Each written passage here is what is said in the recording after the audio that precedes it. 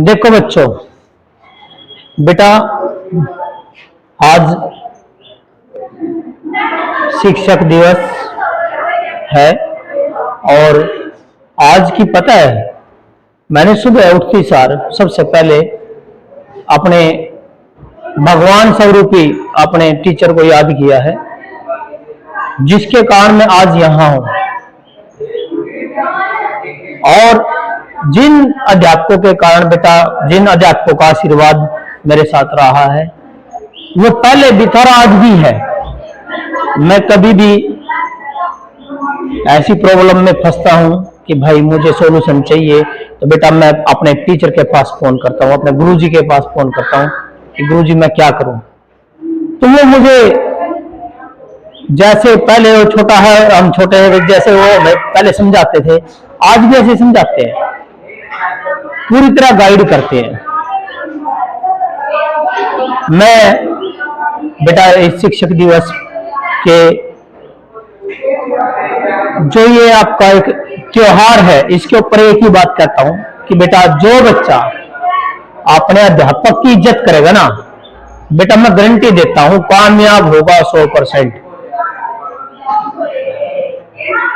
अपने टीचर की इज्जत करो, क्योंकि बेटा भगवान कहीं नहीं है। भगवान कहां है? आपके अध्यापक के रूप में है, आपके माता पिता के रूप में है। मूर्तियों में भगवान नहीं है, भगवान आपका आपके टीचर के रूप में बेटा। तो आज आगे मैं काम कराता हूं बेटा। अभी मैंने आपके सामने सर को फोन मिलाया था, मेरे सर को, क्योंकि बेटा जिनके साथ जिन टीचर का आशीर्वाद मेरे पे है, तो सबसे पहले मैंने उनको याद किया है। और यही एक शिक्षक दिवस पर एक टीचर के लिए गिफ्ट होता है। गिफ्ट बेटा वो नहीं है कि हम देते हैं, नो, गिफ्ट वो है कि आदर्श मूल्य, नैतिक मूल्य जो हमारे गुरुजी के थे, वो हमें थोड़े बहुत अडॉप्ट किए बेटा, ज्यादा नहीं है, क्योंकि उन जैसा नैतिकता, उन जैसा नेचर हमारा नहीं हो सकता बेटा। वो तो गुरुजी है। गुरुजी का तो जो हम मेरे गुरुजी है बेटा, उनका तो मेरे अंदर एक कण भी यदि समा पाया ना, तो मैं भाग्यशाली हूं। एक कण उनके नेचर का।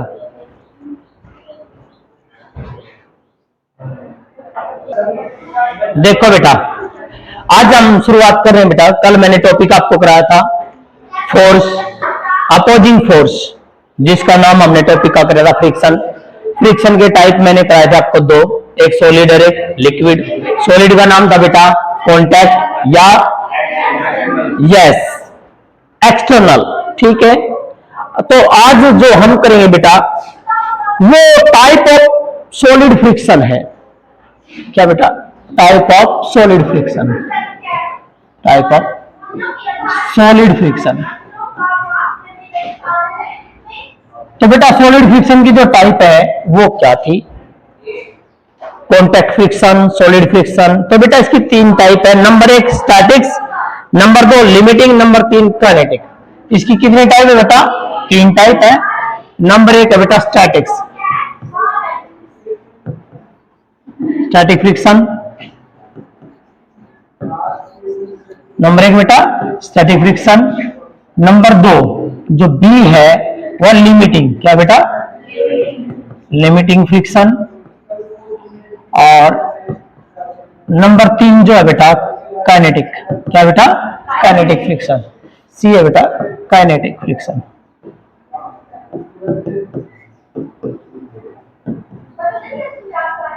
ये है बेटा तीन, स्टैटिक्स, लिमिटिंग और स्टैटिक का नाम पता आपको?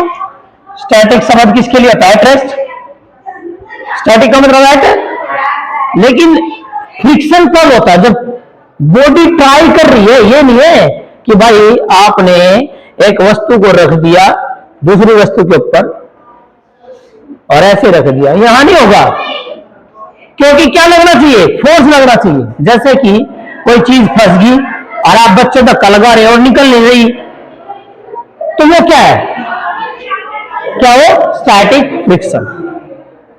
तो स्टैटिक फ्रिक्शन का मतलब है, डेफिनेशन वो है बेटा, the opposing force which comes into play, the opposing force which comes into play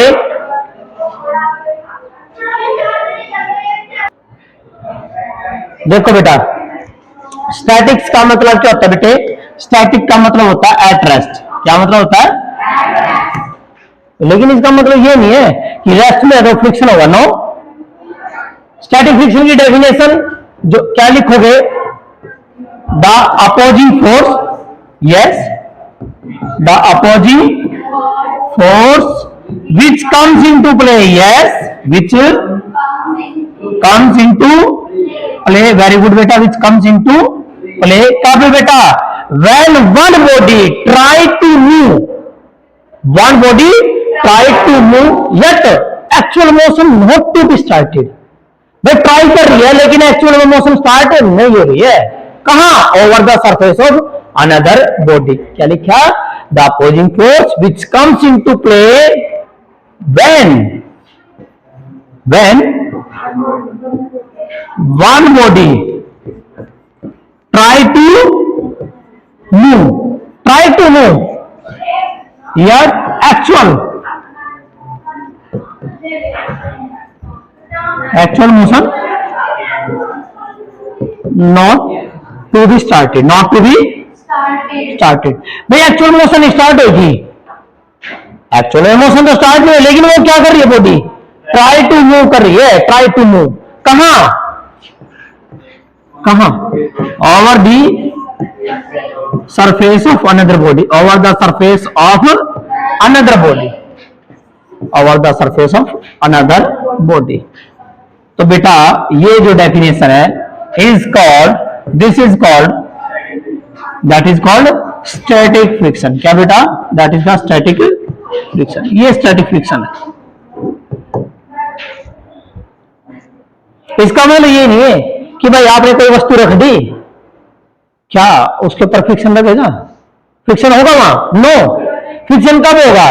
जब वो बॉडी क्या करेगी? ट्राई तो करेगी चलने की, लेकिन वो चल नहीं पा रही है। इसका मतलब क्या है? फ्रिक्शन ज्यादा हो रहा है। क्या रहा बेटा? फ्रिक्शन ज्यादा हो रहा है। जैसे कि ये एक कॉपी है, इस सरफेस पे रखी, हाथ पर रखी, और मैं फोर्स अप्लाई कर रहा हूं, ऐसे ऐसे फोर्स, ये चल नहीं रही, तो इसका मतलब वो क्या है? स्टैटिक फ्रिक्शन है। क्या होगा बेटा? Static friction. अब यहां देखो ध्यान से, ये सरफेस है, कोई भी सरफेस है बेटा, और इसके ऊपर ये बॉडी है, ये बॉडी है बेटा, ये बॉडी है, तो इसका वेट क्या होगा? Vertically downward. वेट क्या होता है? एम इंटू जी। वेट क्या बेटा? Vertically downward. तो आप कहां फोर्स अप्लाई कर रहे हो? ऐसी आगे की तरफ अप्लाई कर रहे हो, लेकिन ये चल नहीं रही, फोर्स आगे अप्लाई कर दो। ये कौन सी फोर्स है? कौन सी है? Applied force. ये अप्लाइड फोर्स है बेटा, पी। कौन सी है? पी अप्लाइड फोर्स होगी।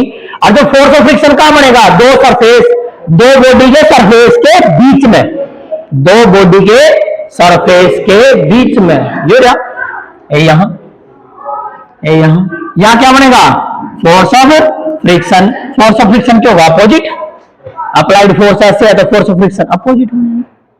बिल्कुल है, क्योंकि फोर्स ऑफ फ्रिक्शन की डेफिनेशन क्या लिखी? The opposing force which comes into play when one body try to move over the surface of another body. Actual में मोशन नहीं हो रही है, लेकिन ट्राई कर रही है, बॉडी चल नहीं रही है। तो जब नहीं चल रही है तो सिंपल सी बात है, तो देखो बेटा ये रही है, क्या कर रही है? इसका एक दूसरे को बैलेंस, क्या कर रही है? बैलेंस। और बेटा ये किससे बैलेंस होगा? नॉर्मल रिएक्शन आर से। आर बराबर क्या होता है? M G. तो बेटा यहां क्या बनेगा? आर इज इक्वल टू क्या हो जाएगा? That is the normal reaction. क्या बेटा? ये it is the normal reaction.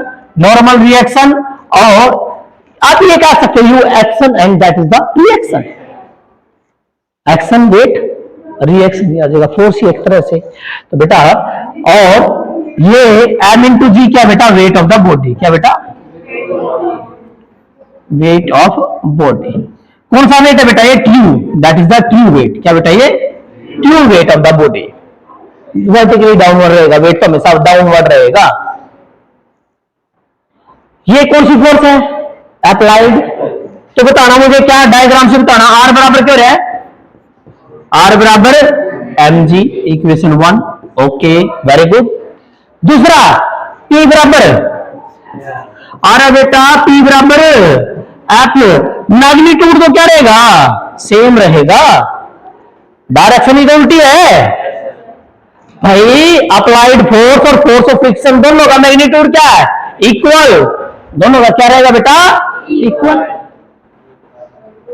दोनों क्या रहेंगे, इक्वल, क्या रहेंगे बेटा, इक्वल रहेंगे। इसका मतलब P बराबर क्या हो जाएगा, F, P बराबर क्या होगा बेटा, F। तो याद रखना बेटा स्टैटिक फ्रिक्शन की डेफिनेशन जो आपने लिखी है, क्या होता है स्टैटिक फ्रिक्शन, मैंने आपको बताया बेटा, the opposing force which comes into play when a body try to move over the surface of another body yet actual motion not to be started. Actual motion try कर रही है body, हाँ, और एक ये याद रखना बेटा, इसका मतलब ये नहीं है कि बॉडी रेस्ट में है किसी सरफेस पर तो वहां क्या होगा, स्टैटिक फ्रिक्शन होगा, ये कोई मतलब नहीं होता।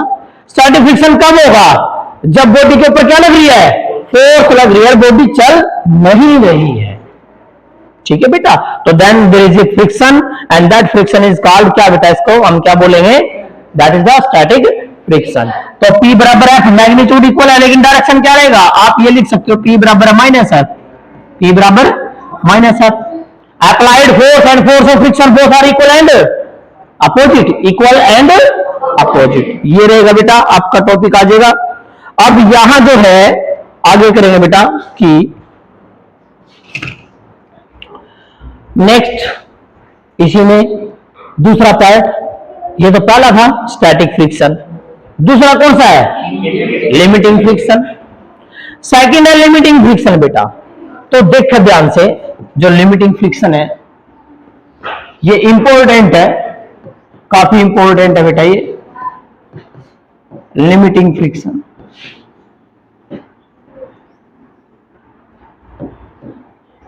अच्छा मुझे एक बात बताना, कोई चीज फंसी हुई है, गड्डी कोई गाड़ी है, घोड़ा गाड़ी, बैलगाड़ी फंसी हुई है, बच्चे जोर लगा रहे हैं, 3 बच्चों ने जोर लगाया, 4 ना लगाया, 5 ना लगाया, चल ही नहीं हुआ। जब छोटा बच्चा है ना वो चल पड़ी,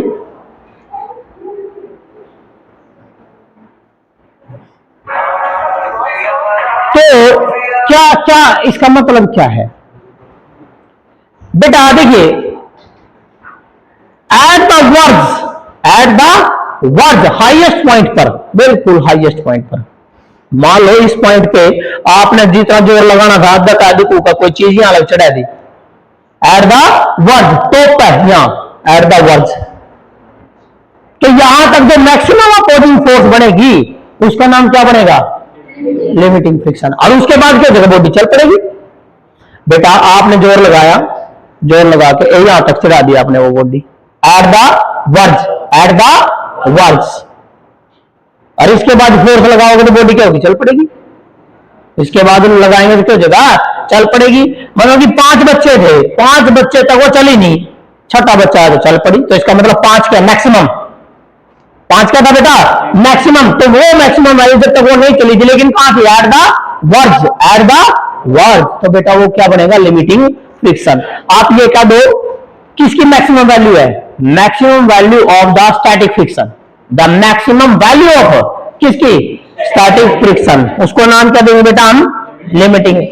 तो इसमें क्या लिखें बेटा, static friction, the maximum opposing force which comes into play, वही सेम डेफिनेशन बेटा, the maximum opposing force which comes into play when one body is at, कहां होगी, इज एट, कहां बोले बेटा, at the verge, at the verge, at the verge of moving over the surface of another body. तो बेटा क्या लिखोगे, limiting friction की definition,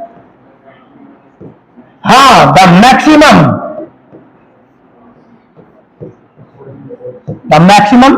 opposing force, the maximum opposing force which comes into play, which comes into play, कब भाई, जब body कहां होगी, when when body is at the verge of another verge of the surface of another body. क्या लिखोगे? The maximum opposing force which comes into play when a body is